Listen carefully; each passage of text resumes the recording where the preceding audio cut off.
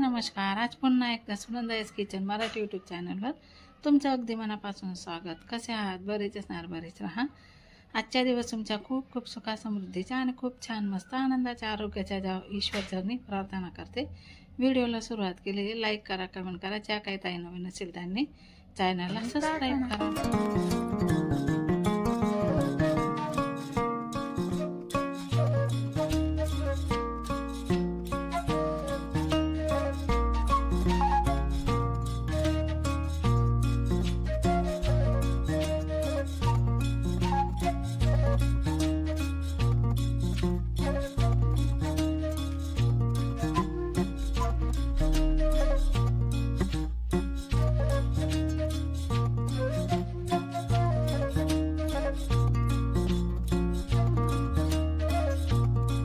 आज आहे संकष्ट चतुर्थी. संकष्ट चतुर्थीचे तुम्हाला सर्वांना खूप खूप शुभेच्छा.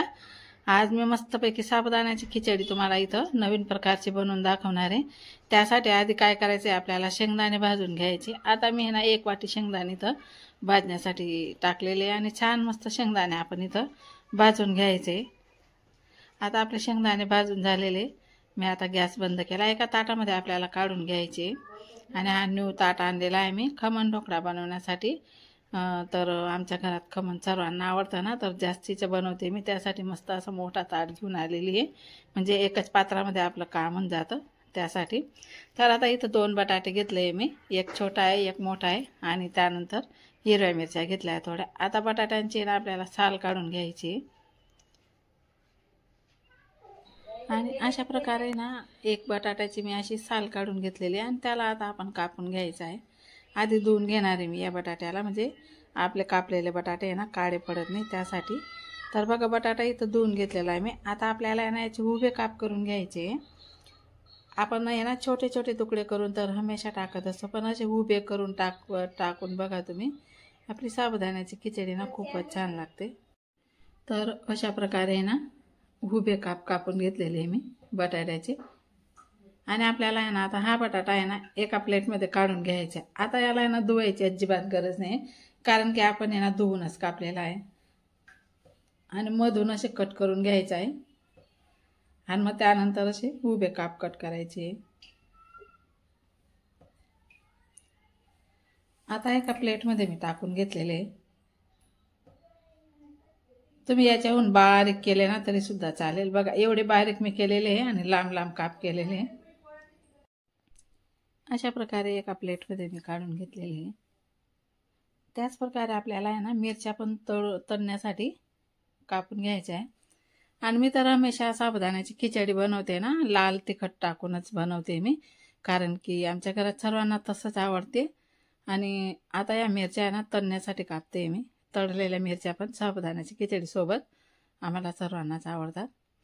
पण आमच्या आहे ना फक्त दोघांचाच उपास आहे, सासू-सुनांच्या.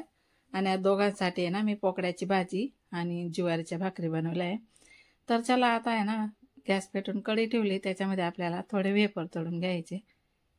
आता किती दिवसापासूनचे ना वेफर तळतच नव्हते मी वेफर, कारण की ना हे पावसाचे वातावरण होऊन जातात ते, त्यासाठी मी ना तर चला म्हटलं आता थोडा पाऊस थांबला आहे थोडे, त्यासाठी तळून घेऊ म्हटलं थोडेसे. तर अशा प्रकारे ना वेफर मस्तपैकी मी इथं माझे तळून झालेले बघा. आणि वेफर असं नाही उपवास म्हणजे वेफर सगळेच खातात, त्यासाठी थोडे जास्तीचे तळून घेतलेले आहे मी.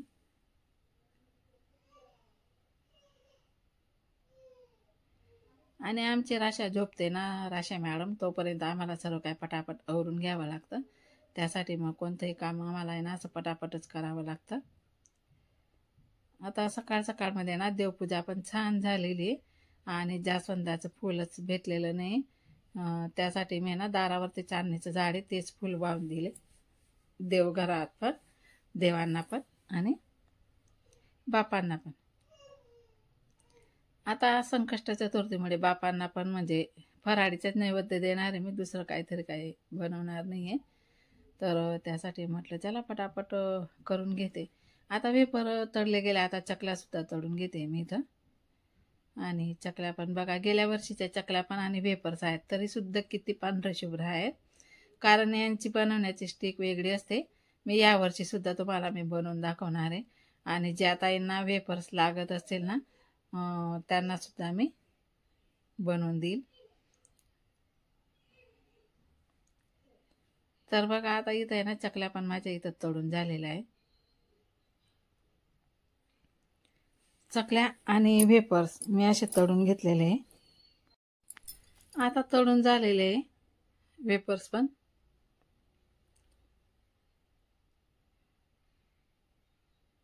अशा प्रकारे आहे ना मी इथं वेफर आणि चकल्या तळून घेतलेल्या आहे. तुम्ही बघू शकता.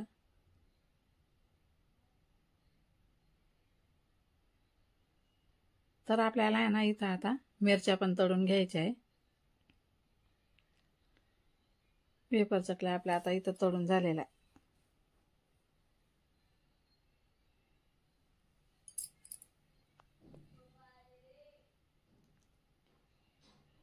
आधी आपल्याला बटाटे तळून घ्यायचे, जे काय आपण उभे काप करून कापले होते ना.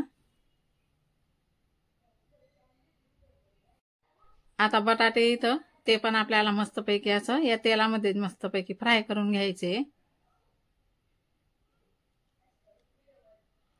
हे बघा मस्तपैकी असं लालसर करून घ्यायचे बटाटे पण.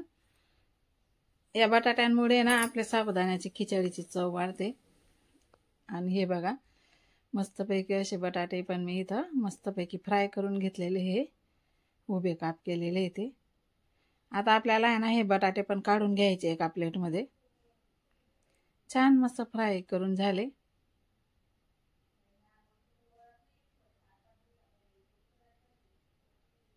आणि आता लगेचच आता आपल्याला मिरच्या पण तळून घ्यायच्या आहे. आता लगेचच आपल्याला मिरच्या पण तळून घ्यायच्या आहे. आणि मिरच्या तर मी ज्या दिवशी उपवास राहतो ना त्या दिवशी अशी साबुदाण्याची खिचडी सोबत आहे ना मी मिरच्या पण तळत असते, कारण की मला आवडतात. हे बघा हे अशा प्रकारे मस्तपैकी बटाटे बघा पूर्ण असे मस्तपैकी फ्राय झालेले बघा. आता मिरच्या पण आपल्या झालेल्या आहे. मिरच्या पण आता एका प्लेटमध्ये आपण काढून घेऊया.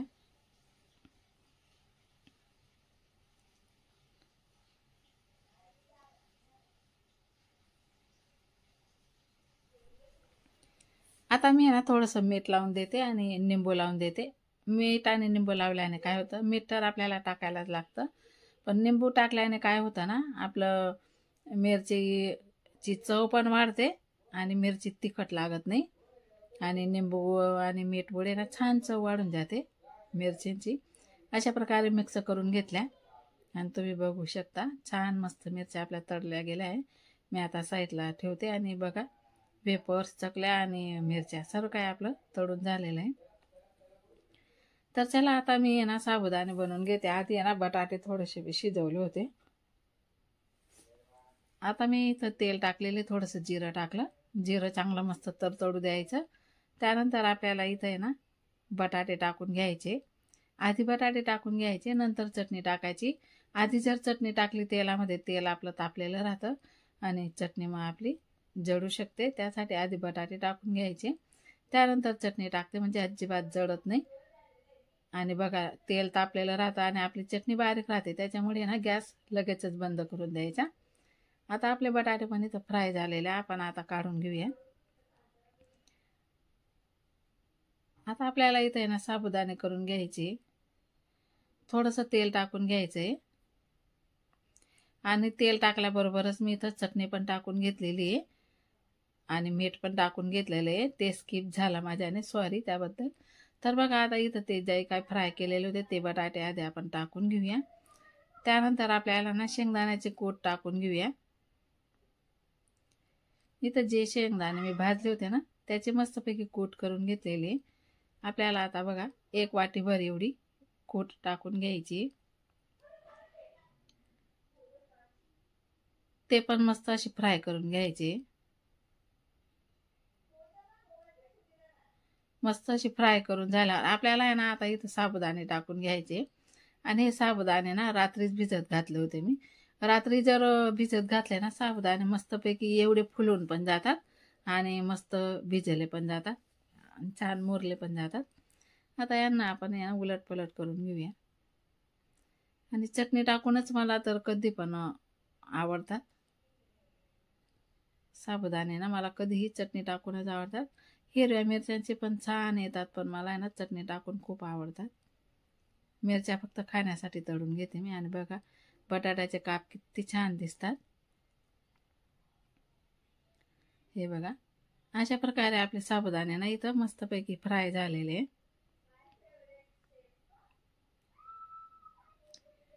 साबुदाणे आपले इथं मस्त तयार झाले आता खाण्यासाठी.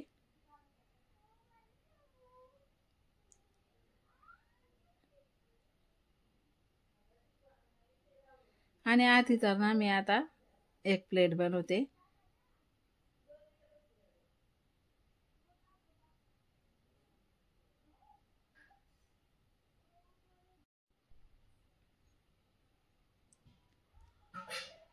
एकच नंबर आपले साबुदाणे इथं झालेले. तर चला आधी तर मी बाप्पांना देणार आणि मग आम्ही खाणार. किती दिवसापासूनच्या विरधी होती, त्यामुळे बाप्पांना नैवेद्यच नव्हता. तर आधी बाप्पांना देणार, नंतर मग आम्ही. आता इथं साबुदाणे टाकले, असे बटाटे पण टाकून घ्यायचे.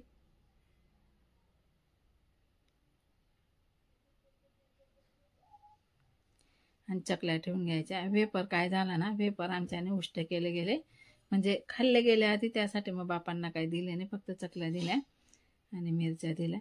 तर चला आता आधी बापांना देते.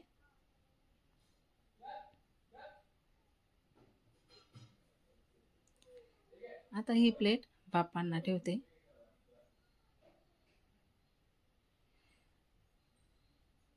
आणि बघा कसा मस्त दिवा आणला मी, काल दाखवला तुम्हाला. हा दिवा बाप्पांसाठी आणलेला आहे मी. इथं फॅन चालतो ना, मग वीज आला नाही पाहिजे म्हणून मस्तपैकी हा दिवा आणलेला आहे मी बाप्पांसाठी. आता बाप्पांना दिलं नैवेद्य.